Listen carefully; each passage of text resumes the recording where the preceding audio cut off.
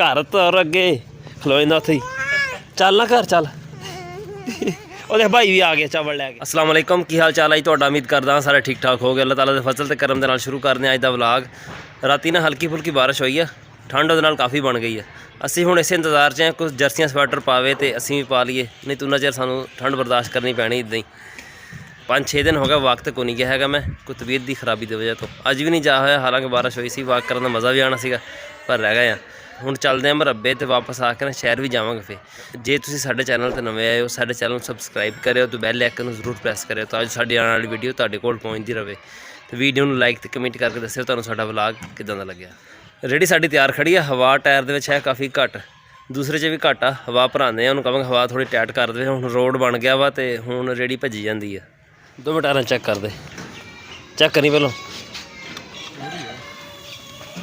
तो वजन भी है ना 20 भी पूरी को नहीं 20 भी पूरी को नहीं चल कर 30 ठीक है ना।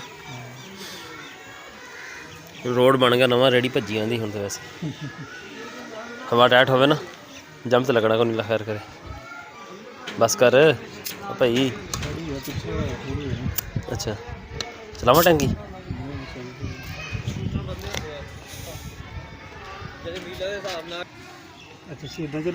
सीधा नाल खाया है उन्हें भी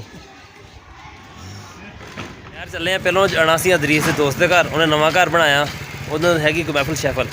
अदरीस ने गिफ्ट लिया वो वास्ते, कल असी लैके आए शहरों, तुसीं देखिया ही होना वीडियो के विच। अज दे के आने चलिए चलो। खुदा बुजुर्ग कोई किस्सा मुख्तसर मौलाया सल्ले व सल्लिम दाइमन अबदा अला हबीबिका खैरुल खल्क़ि कुल्लिहिम हुवल हबीबुल लज़ी तुरजा शफाअत। आदम के साथ मैं बातें कर रहा हूँ, गौर से सुनना। हजरत आदम के साथ हम दोनों बातें कर रहे होंगे। इसी दौरान हजरत आदम मुझे कहेंगे ऐ साले बेटे, ऐ साले बेटे, वो आपके एक उम्मती को जन्नत की तरफ लेके जा रहे हैं। गौर से सुनना, वो इतनी मोहब्बत करते हैं हमारे साथ। या रसूल अल्लाह, ऐ साले बेटे, आपके एक उम्मती को जन्नत की तरफ लेके जा रहे हैं। मेरे महबूब नबी सल्लल्लाहु अलैहि वसल्लम ने फरमाया कि मैं अपना तैबल कस के जो है उस अपने उम्मती के पीछे तेज तेज चलूंगा और फरिश्तों से कहूंगा फरिश्ते रुक जाओ। फरिश्ते अर्ज करेंगे हम मामूर मिन अल्लाह हैं, हम नहीं रुकते, हम मामूर मिन अल्लाह हैं, हम नहीं रुकते।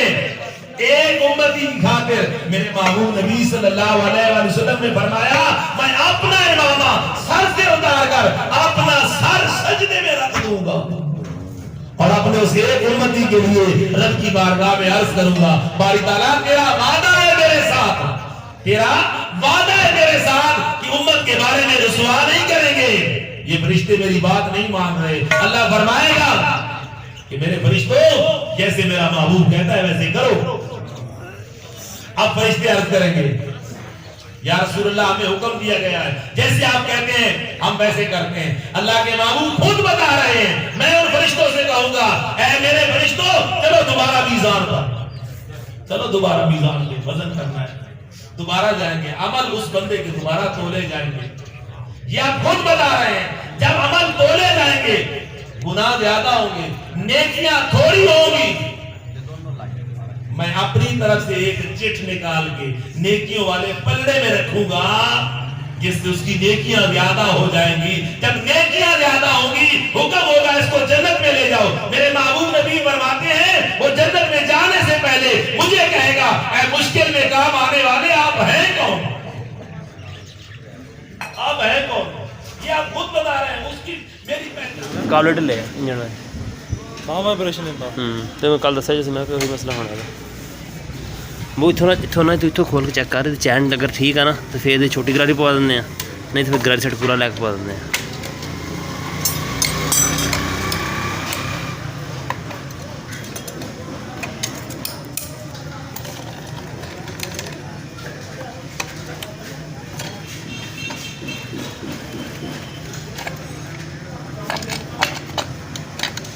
वगैरह भी खाते यार सारे ਕਾਲੂ ਢਿੱਲਾ ਫਿਰ ਥੱਲੋਂ ਤੋਂ ਢਿੱਲਾ ਹੈ ਨਾ ਉੱਕਾ ਢਿੱਲਾ ਪਿਆ ਤਾਂ ਅਸੀਂ ਠੀਕ ਆ ਯਾਰ ਗਰਾਰੀ 60 ਹਜੇ ਮੈਂ ਕਰਨਾ ਕਿੱਦਾਂ ਖਤਮ ਕਰਾਂ ਵਾਲਣ ਬੁਲਣਾ ਰੱਖਿਆ ਸੀ ਮੈਂ ਚਕਾਇਆ ਤਾਂ ਆਇਆ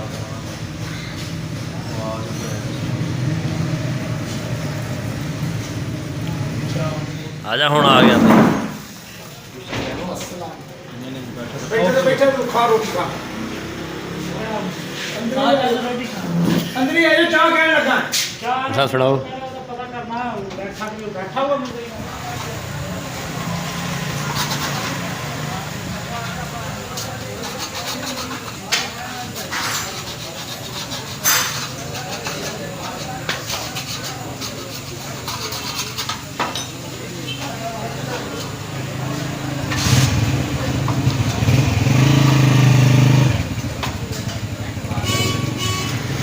हाँ ठीक है चल करी 30 रुपए दे 30 दे 30 चल जान दे और रोड कटर मशीन बस कर रब दा नाम मान ला की करन दिया तू आ की करन दिया मोटरसाइकिल लगदा इथों दा हुण 16 फुट ਦੀ ਸੜਕ ਤੇ ਹੁਣ ਵੱਢਣੀ ਸਾਰੀ ਦੋਨੋਂ ਬੰਨਾ ਆਂਦਾ ਇੱਥੇ ਜਿੱਥੇ ਮੈਂ ਖਲੋਤਾ ਕਿੱਥੇ ਉਹ ਸਿਰੇ ਤੋਂ ਤਾਂ ਸਾਰੀ ਉਹ ਦੇਖ ਨਾ ਪਿੱਛੇ ਸਿਰ ਕਾਰ ਨਾ ਬੰਨੇ ਉਹ ਨਹੀਂ ਉਹ ਇੰਨਾ ਫਰਕ ਨਹੀਂ ਹੈਗਾ ਯਾਰ ਜਿੰਨਾ ਇਹ ਇਧਰੋਂ ਤੋਂ ਮੈਚ ਕੀਤੀ ਸਾਰੀ ਸੜਕ ਇੱਥੇ ਆਂਦੀ ਸੜਕ ਇੱਥੇ ਮੈਂ ਇੱਥੋਂ ਹੀ ਵੱਢਦਾ ਪਿਆ ਮੈਂ ਤਾਂ ਇੱਥੋਂ ਵੱਢਣਾ ਸੋ ਵੱਢ ਦੇ ਬਈ ਸਾਰੀ ਵੱਢ ਦੇ ਤੂੰ ਸਵੇਰ ਸ਼ਹਿਰ ਚੱਲੇ ਨਾ ਤਾਂ ਦਰੀਸ ਨੇ ਨਹਾ ਲਿਆ ਤੇ ਕਹਿੰਦਾ 3 ਦਿਨ ਹੋ ਗਏ ਨਹਾਤਾ ਨਹੀਂ ਸੀਗਾ ਮੈਂ ਕਿਹਾ ਭਾਈ 3 ਦਿਨ ਭਾਵੇਂ ਹੋ ਗਏ ਸੀਗੇ ਪਰ ਨਹਾਉਣਾ ਨਹੀਂ ਸੀਗਾ ਹਵਾ ਚੱਲਦੀ ਪਈ ਉਧਰੋਂ ਰਾਤ ਦੀ ਬਾਰਿਸ਼ ਲੱਗੀ ਠੰਡ ਲੱਗਣ ਡਈ ਹੁਣ ਬਹੁਤ ਸਰਦੀ ਹੋ ਗਈ ਜਰਸੀ ਜੁਰਸੀ ਪਾਉਂਦੇ ਨਹੀਂ ਹੈਗੇ ਦੇਖਦੇ ਕੋਈ ਹੋਰ ਪਾਵੇ ਤੇ ਫਿਰ ਸ਼ੁਰੂ ਕਰੀਏ ਹਾਂ ਚੱਕ ਚ ਕੋਈ ਇੱਕ ਅੱਧਾ ਬੰਦਾ ਪਾਏਗਾ ਤਾਂ ਅਸੀਂ ਪਾਵਾਂਗੇ ਨਾ ਬਾਰਿਸ਼ ਦੁਬਾਰਾ ਆਉਣੀ ਸ਼ੁਰੂ ਹੋ ਗਈ ਅੱਜ ਤੇ ਅੱਜ ਬੱਦਲ ਵੀ ਕੱਲ ਨਾਲੋਂ ਕਾਫੀ ਗਹਿਰਾ ਵਾ ਮੁਹੰਮਦ ਉਰੇ ਆ ਘਰ ਆ ਬਾਰਿਸ਼ ਆ ਗਈ ਤੂੰ ਬਾਹਰ ਫਿਰਦਾ ਮੈਂ ਜਲਦੀ ਆ ਤੂੰ ਪਾ ਲਿਆ ਕੋਟ ਕੱਢ ਕੇ ਚੱਲ ਘਰ ਤੁਰ ਅੱਗੇ ਖਲੋ ਜਾਂਦਾ ਉੱਥੇ ਹੀ ਚੱਲ ਨਾ ਘਰ ਚੱਲ ਉਹਦੇ ਭਾਈ ਵੀ ਆ ਗਿਆ ਚਾਵਲ ਲੈ ਕੇ ਅੱਛਾ ਆ ਜਾ ਜਲਦੀ ਆ ਭੱਜਿਆ ਭੱਜਿਆ ਭੱਜਿਆ ਭੱਜਿਆ ਭੱਜਿਆ ਭੱਜਿਆ ਚੱਲ ਨਾ ਸਾਰਾ ਗਿੱਲਾ ਹੋ ਜਾਣਾ ਕੋਟ ਵੀ ਤੇਰਾ ਗਿੱਲਾ ਹੋ ਜਾਣਾ